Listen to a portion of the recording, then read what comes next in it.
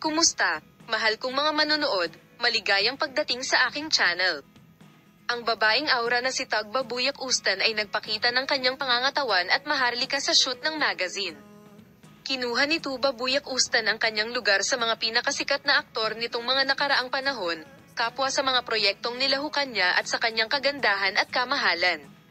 Nagkaroon kami ng pagkakataong makita si Tagba Buyak Ustan, na kasalukuyang lumalabas na may bagong karakter, sa maraming iba't ibang proyekto.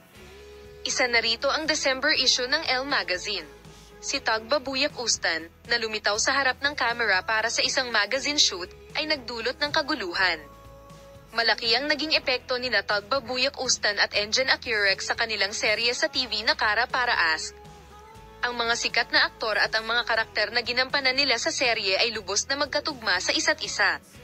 Kaya't nang malaman namin na ang sikat na duo na ito ay magiging magkasosyo, nagsimula kaming maghintay ng may matinding pananabik para sa kanilang bagong proyekto. Ang karakter na ginampanan ni Tuba Buyak Ustan ay literal na nagbibigay ng mga aralin sa pag-arte sa screen. Ang isang eksena ng Tagba Buyak Ustan ay pinag-uusapan halos pagkatapos ng bawat yugto ng serye. Natural, nakita na natin siya sa maraming commercials at magazine shoots so far.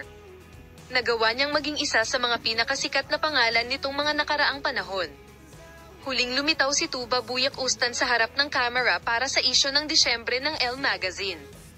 Si Tagba Buyak Ustan, na lumabas sa pabalat ng issue ng Disyembre, ay nagbigay ng mga kaakit-akit at kahangahangang pose. Ang bawat isa ay gumagawa ng kanilang sariling himala, pakinggan lamang ang kanilang panloob na boses. Ang anunsyo ng issue ng Disyembre ay may Tagba Buyak Ustan sa pabalat, kung saan ipinagdiriwang natin ang lahat ng mga himala.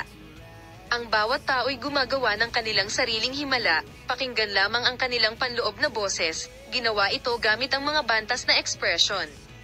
Sa ibaba, si Tuba Buyak Ustan, na ginagawang isang gawa ng sining ang bawat gawa, ay tila hindi na mabibigo muli.